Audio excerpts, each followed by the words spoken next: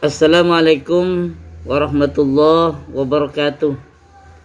Anak-anakku kelas 4 yang Pak Guru sayangi, mari kita mulai pembelajaran SKI pada hari ini dengan ucapan Bismillahirrahmanirrahim, dengan harapan mudah-mudahan pembelajaran SKI yang kita bahas pada hari ini, yang kita pelajari pada hari ini, menjadi ilmu nafi' dan barokah, amin ya rabbal alamin. Nah, anak-anakku kelas 4 yang Pak Guru sayangi, kalian sudah mengerjakan buku LKS, buku paket ya, mohon maaf, buku paket halaman 66 ya, SKI kelas 4 halaman 66. Mari kita bahas bersama-sama. Apabila kerjaan kalian ada yang keliru, dirubah, diganti, dan kalau ada yang kurang, ditambah. Nomor 1, sebelum Nabi Muhammad hijrah ke Taif, ada peristiwa yang membuat beliau bersedih. Sebutkan dan jelaskan peristiwa tersebut. Peristiwa ini dikenal dengan Amul Husni, yaitu tahun kesedihan baginda Kanjeng Nabi Muhammad. Jadi sebelum baginda Kanjeng Nabi Muhammad hijrah ke Taif, istrinya yang bernama Sayyidah Khadijah meninggal dunia atau wafat. Dan juga pamannya yang selalu membela baginda Nabi juga wafat. Jadi dalam 1 tahun itu baginda Kanjeng Nabi Muhammad ditinggal oleh istrinya, ditinggal oleh pamannya, hanya jarak beberapa hari saja. Jadi ini yang disebut dengan Amul Husni, peristiwa bersedihnya baginda Kanjeng Nabi karena orang yang dicintainya, orang yang selalu membelanya, orang yang selalu mendukung dakwah Nabi Muhammad, yaitu paman dan istrinya, meninggal dunia. Maka ini yang menjadi awal sehingga mereka kaum kafir Quraisy semakin bebas menghalangi dakwah baginda Kanjeng Nabi, semakin semena-mena menghalangi dakwah baginda Kanjeng Nabi ya. Karena orang yang disegani seperti istrinya yang bernama Khadijah dan juga pamannya yang bernama Abu Thalib juga meninggal dunia, sehingga mereka semena-mena orang kafir Quraisy menghalangi dakwah baginda Kanjeng Nabi Muhammad sallallahu alaihi wasallam. Kemudian selanjutnya nomor 2, Rasulullah tak henti-hentinya dihalangi dakwahnya oleh kaum kafir Quraisy. Mengapa mereka bersikap seperti itu kepada baginda Kanjeng Nabi Muhammad? Orang kafir Quraisy membenci kepada baginda Nabi Muhammad bukan karena sifat pribadinya Nabi. Dulu sebelum baginda Nabi sebelum mendapatkan perintah untuk berdakwah, sebelum diangkat menjadi Nabi dan Rasul, tidak ada satu orang pun yang membenci baginda Kanjeng Nabi. Justru mereka orang kafir Quraisy memberi gelar yang luar biasa pada baginda Nabi, itu dengan gelar Al-Amin, orang yang terpercaya, orang yang memiliki sikap yang bijaksana, lemah lembut, dermawan, sopan, santun. Setiap kegiatan sehari-hariannya itu tidak pernah menyakiti orang lain. Tapi ketika baginda Kanjeng Nabi mendapatkan perintah untuk berdakwah, disitulah mereka mulai menghalangi dakwah baginda Nabi. Kenapa mereka menghalangi dakwah baginda Kanjeng Nabi? Bukan karena sikap Nabi, tapi karena ajaran, yaitu agama Allah, agama Islam yang dibawa baginda Kanjeng Nabi itu tidak sesuai dengan ajaran yang dimiliki oleh nenek moyang orang kafir Quraisy. Ya, mereka tidak sama, sehingga mereka menentang. Ya. Mereka menentang. Dan banyak lagi yang mengatakan bahwa kalau kita ikut ajaran Muhammad, maka saya sebagai pedagang patung nggak laku, karena patung di situ diperjualbelikan, disembah, diperjualbelikan. Sehingga kalau ikut ajaran Muhammad semua, kata orang kafir Quraisy, maka saya yang pedagang patung, yang membuat patung, nggak akan laku. Itu diantaranya. Kemudian yang kedua, mereka takut dengan hari akhir, karena mereka banyak melakukan perbuatan jelek, perbuatan dosa, sehingga mereka takut dengan hari pembalasan. Ini kalau ikut ajaran Muhammad, saya sudah banyak melakukan dosa, maka saya disiksa. Lah ini yang menyebabkan mereka itu tidak mau dengan ajaran yang dibawa oleh baginda Kanjeng Nabi Muhammad. Ya, bukan karena sikap baginda Nabi Muhammad kepribadiannya, bukan. Karena Nabi Muhammad membawa ajaran Islam. Yang ajaran Islam itu tidak sesuai dengan ajaran nenek moyang orang kafir Quraisy. Nomor 3, pada bulan Syawal tahun ke-10 Nabi Muhammad dan Zaid bin Harisah hijrah ke Taif. Sebutkan sebab-sebab Rasulullah hijrah ke Taif. Jadi sebab hijrahnya Nabi Muhammad ke Taif, ya, karena Mekah sudah tidak bisa dijadikan sebagai pusat dakwah. Nabi Muhammad beranggapan bahwa setelah meninggalnya istrinya, meninggalnya pamannya yang selalu membela mendukung ajaran Islam, meninggal dunia, sehingga baginda Nabi beranggapan bahwa Mekah sudah tidak bisa lagi dijadikan sebagai pusat dakwah, sehingga berinisiatif untuk hijrah ke Taif untuk menyampaikan dakwah Islam, memulai dakwah Islam di kota Taif. Kenapa harus memiliki kota Taif?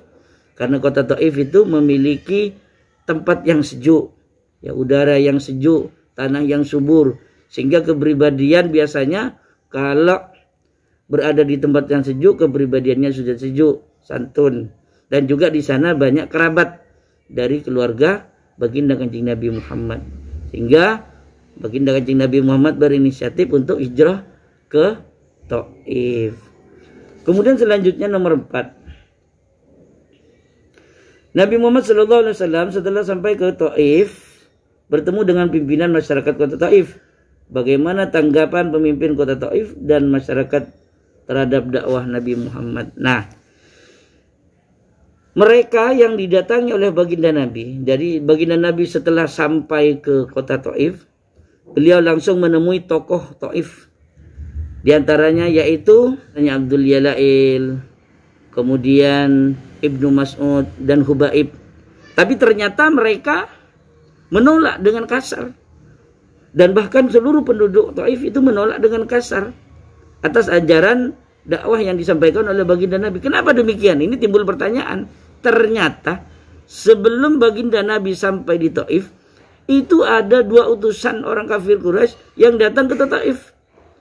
Jadi baginda Nabi itu sebelum berangkat ke Taif itu ketahuan oleh orang kafir Quraisy bahwa beliau itu akan hijrah ke Taif. Sehingga orang kafir Quraisy mengutus 2 utusan itu datang ke Taif untuk menyampaikan, untuk memfitnah. Apa fitnahan mereka kepada baginda Nabi?